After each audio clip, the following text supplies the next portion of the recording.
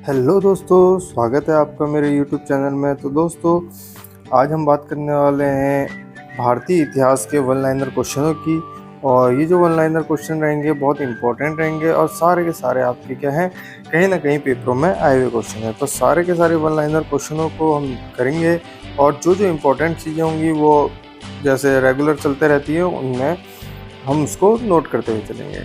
ठीक है, तो भारतीय इतिहास है पूरा का प्राचीन, मध्य और आधुनिक इतिहास के वन लाइनर क्वेश्चन है जो पेपर में आए हैं, उन्हीं को देखते हैं। तो पहला क्वेश्चन है, तांबे का पहली बार उपयोग कब किया गया था? ताम्रपाषाण युग में किया था। दूसरा क्वेश्चन है, भीमबेटका की गुफाओं की खोज कब हुई थी? तो भीमबेटका की गुफाओं की खोज कब हुई थी? 1957 से 1958 के मध्य हुई थी। ठीक है, इसके बाद हम बात करते हैं भीमबेटका के शैलाशय प्रसिद्ध हैं। भीमबेटका के शैलाशय काय के लिए प्रसिद्ध हैं? तो क्या है, भारतीय उपमहाद्वीप पर मानव जीवन के प्राचीनतम चिन्हों की वजह से आपके ये फेमस है। भारत में पाषाणकालीन शिला चित्रकारी पाई जाती है। कहाँ? भीमबेटका में पाई जाती है। ठीक है, मानव गतिविधियों एवं सभ्यता के प्राग ऐतिहासिक काल का कालानुक्रम है। ठीक है, जो भी आपकी प्राग ऐतिहासिक काल है उसका कालक्रम क्या है? पुरापाषाण काल, फिर मध्य पाषाण काल और फिर नवपाषाण काल। नेक्स्ट क्वेश्चन है, मध्य पाषाणिक स्थलों को भौगोलिक दृष्टि से पश्चिम से पूर्व का क्रम क्या है? तो क्या है? मैदहा, लेखिया, पैसरा और वीरभानपुर। ये आपके मध्य पाषाणिक स्थल हैं जिनकी भौगोलिक दृष्टि पश्चिम से पूर्व का, आपका पश्चिम से पूर्व का क्षेत्र आपका मैदहा, लेखरिया, पैसरा और वीरभानपुर क्षेत्र है। वह स्थल जहाँ से प्राचीनतम स्थायी जीवन के प्रमाण मिले। तो कहाँ से मिले हैं? मेहरगढ़ से प्राचीनतम स्थायी जीवन के प्रमाण मिले हैं। गंगा घाटी में धान की खेती का प्राचीनतम प्रमाण मिले हैं। ठीक है, कहाँ से? लाहुरा देव से मिले हैं। मध्य पाषाणिक स्थल से पशुपालन के साक्ष्य उपलब्ध हुए हैं। कहाँ से? बागौर से। पशुपालन के साक्ष्य कहाँ से मिले हैं? तो कभी आएगा पेपर में, तो पशुपालन के साक्ष्य मध्य पाषाण कालीन स्थल में आपको कहाँ से मिले हैं? बागौर से मिले हैं।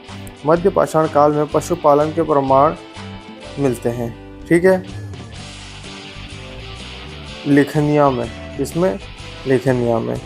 मध्य पाषाणिक प्रसंग में पशुपालन के प्रमाण मिलते हैं। कहाँ से? आजमगढ़ से। देखिए यहाँ पर 3 क्वेश्चन आए हैं और 3 के 3 इंपॉर्टेंट है, सेम क्वेश्चन लग रहे हैं लेकिन अलग अलग है। मध्य पाषाणिक स्थल से पशुपालन के साक्ष्य उपलब्ध हुए। कहाँ से? बागौर से। मध्य पाषाणिक काल में पशुपालन के प्रमाण मिलते हैं। कहाँ से? लेखनिया में। और मध्य पाषाणिक प्रसंग में पशुपालन के प्रमाण मिलते हैं। कहाँ से? आजमगढ़ में। ठीक है, एक में काल है, एक में स्थल है और एक में प्रसंग है। ठीक है, इन तीनों को आपने ध्यान रखना है। तीनों अलग अलग क्वेश्चन है और अलग अलग टाइप के क्वेश्चन है। उत्खनित प्रमाणों के अनुसार पशुपालन प्रारंभ हुआ था कब? मध्य पाषाण काल में प्रारंभ हुआ था। मृत्यात्रहित नवपाषाणिक स्थल प्रकाश में आया कब? गुफ कराल से आया। ठीक है, खाद्यान्नों की कृषि सर्वप्रथम प्रारंभ हुई। कहाँ हुई? नवपाषाण काल में। नवपाषाण कालीन गर्त निवासों के अवशेष मिले हैं। कहाँ से? बुर्ज होम और गुफ कराल से ये मिले हैं। अगला है, राख का टीला नवपाषाणिक स्थल से संबंधित है। कौन सा? संगन कल्लू से। भारतीय उपमहाद्वीप में धान की खेती के प्राचीनतम साक्ष्य प्राप्त होते हैं। कहाँ से? विंध्य क्षेत्र से आपके धान की खेती के प्राचीनतम साक्ष्य मिलते हैं। मानव द्वारा सर्वप्रथम प्रयुक्त अनाज था। तो मानव द्वारा सर्वप्रथम प्रयुक्त अनाज कौन सा था? आपका जौ। वस्त्रों के लिए कपास की खेती का आरंभ सबसे पहले किया। किसने किया? भारत में। कपास की खेती किसने करी? भारत में। इसके बाद है, वृद्ध पाषाण स्मारकों की पहचान की गई है मृतकों को दफनाने के स्थानों के रूप में। ठीक है, वृद्ध पाषाण स्मारकों की पहचान किसमें? मृतकों को दफनाने की रूप में, स्थल के रूप में। एक ही कब्र से 3 मानव कंकाल निकले हैं। कहाँ पर? दमदमा से। ये इंपॉर्टेंट है, बहुत बार पेपर में आया है। एक ही कब्र से 3 मानव कंकाल मिले हैं दमदमा से। विंध्य क्षेत्र के वह शिलाश्रय जहाँ से सर्वाधिक मानव कंकाल मिले हैं। कहाँ से? लेखिया से सर्वाधिक मानव कंकाल मिले हैं। भारत में वह शिलाश्रय जहाँ से सर्वाधिक चित्र प्राप्त हुए हैं। कहाँ से चित्र प्राप्त हुए हैं? भीमबेटका से। अपने आप में इम्पोर्टेंट है भीमबेटका चित्र। सर्वाधिक शिलाशय से चित्र प्राप्त हुए हैं। ताम्र पाषाणिक स्थल नवदाटोली अवस्थित है। कहाँ पर है? मध्य प्रदेश में नवदाटोली है। ठीक है। गौरिक मृद भांड पात्र OCP का नामकरण हुआ था कहाँ? हस्तिनापुर। ठीक है। भारत का वह स्थल जहाँ खुदाई से लौह धातु के प्रचलन के प्राचीनतम प्रमाण मिले हैं। तो कहाँ से? अतरंजी खेड़ा से मिले हैं। कौन सा? जहाँ से लौह धातु के प्रचलन के प्राचीनतम प्रमाण मिले, अजरंती खेड़ा। अगला है,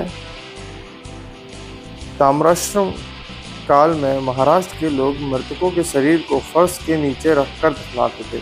कहाँ? उत्तर से दक्षिण की ओर। ठीक है। कहाँ? उत्तर से दक्षिण की ओर। कोपेनहेगन संग्रहालय की सामग्री से पाषाण, कांस्य और लौह युग का त्रियुगी विभाजन किया था किसने? थॉमसन ने। भारत में प्रथम पुरापाषाणिक उपकरण की खोज करने वाले रॉबर्ट ब्रूस फुट थे। ये क्या थे? भूगर्भ वैज्ञानिक थे। ताम्र पाषाणिक स्थल नवदाटोली का उत्खनन किया किसने किया? HD सांकलिया ने किया था। नवदाटोली अगर कहाँ पर है? तो अभी हमने बात करी थी, कहाँ पर है? मध्य प्रदेश में। भीमबेटका की गुफाएं प्रसिद्ध हैं किसके लिए? शैल चित्रों के लिए है। प्राचीनतम शैल चित्र यहीं से मिले हैं। दमदमा नामक पुरा स्थल संबंधित है कहाँ से? मध्य पाषाण काल से है। भीमबेटका पुरापाषाण काल का एक प्रसिद्ध स्थल भारतीय राज्य में स्थित है। कौन से राज्य में स्थित है? मध्य प्रदेश। तो भीमबेटका कहाँ पर है आपका? मध्य प्रदेश में स्थित है। प्राचीन भारतीय इतिहास के काल में मिट्टी के बर्तनों का पता लगाया गया था। कब? नवपाषाण काल के समय। पूर्व ऐतिहासिक स्थल मिट्टी की सतहों पर खुर के निशान, जिसे खुर के निशान को कहते हैं, हूफ मार्क्स के रूप में मवेशियों के पालन का पुरातात्विक प्रमाण प्रदान करता है। कौन सा? महगढ़ा क्षेत्र। प्रारंभिक मनुष्यों द्वारा उपयोग किए जाने वाले माइक्रोलिथ्स थे। कौन से? पत्थर के औजार। भारत में पुरातात्विक महत्व का एक पुरापाषाण स्थल है। कौन सा? गुनासागी क्षेत्र। ठीक है। सेल्ट एक नवपाषाणकालीन एक उपकरण है। नवपाषाणकालीन उपकरण क्या है? सेल्ट है। प्राग ऐतिहासिक काल के पहले के युग को क्या कहा जाता था? तो प्राग ऐतिहासिक काल के पहले के युग को पुरापाषाण काल कहा जाता था। अगला है, पुरातात्विक स्थल पर गर्त आवासों के प्रमाण है। कहाँ पर? बुर्ज होम में। मेहरगढ़ नवपाषाण काल की बस्ती पाकिस्तान के किस प्रांत में है? तो कहाँ पर है मेहरगढ़? और नवपाषाण काल की बस्ती बलूचिस्तान में। अगला है, पुरातात्विक स्थल इनाम गांव स्थित है। कहाँ पर है? महाराष्ट्र में स्थित है। पुरातत्व स्थल कोरडी हवा क्षेत्र स्थित है। कहाँ पर? उत्तर प्रदेश में स्थित है। प्राग ऐतिहासिक भारतीय स्थल पर होमो इरेक्टस मानव की खोपड़ी पाई गई। कहाँ पर मिली? हथनौरा पर। तो होमो इरेक्टस मानव की खोपड़ी कहाँ पाई गई? हथनौरा में। और कुछ क्षेत्र हैं ये कहाँ के पुरातात्विक स्थल और इस टाइम पर कहाँ पर है? नेवासा कहाँ है? महाराष्ट्र में। ईसमपुर कर्नाटक में। डीडवाना राजस्थान में। और गुडियाम गुफा कहाँ पर है? तमिलनाडु में। ठीक है। अभी हम इन वीडियो में इतना ही रखते हैं। जो कल हम बात करेंगे वन लाइनर में वो आपकी सिंधु सभ्यता एवं संस्कृति की बात करेंगे। तो आज की जो इम्पोर्टेंट चीज़ें थी वो तकरीबन हमने देख ली है। ठीक है। होमो इरेक्टस मानव की खोपड़ी हथनौरा से, कोरडी हवा उत्तर प्रदेश से करता है, इनाम गांव आपका महाराष्ट्र से है। ऐसे ही बहुत से क्वेश्चन हमने प्राचीन इतिहास काल से पढ़े हैं और ये इम्पोर्टेंट हैं जो कहीं ना कहीं पेपरों में आए हैं। 20 से 22 क्वेश्चन है जो कि अपने आप में इम्पोर्टेंट है। ठीक है। मिलते हैं अगली वीडियो में कुछ नए क्वेश्चनों के साथ।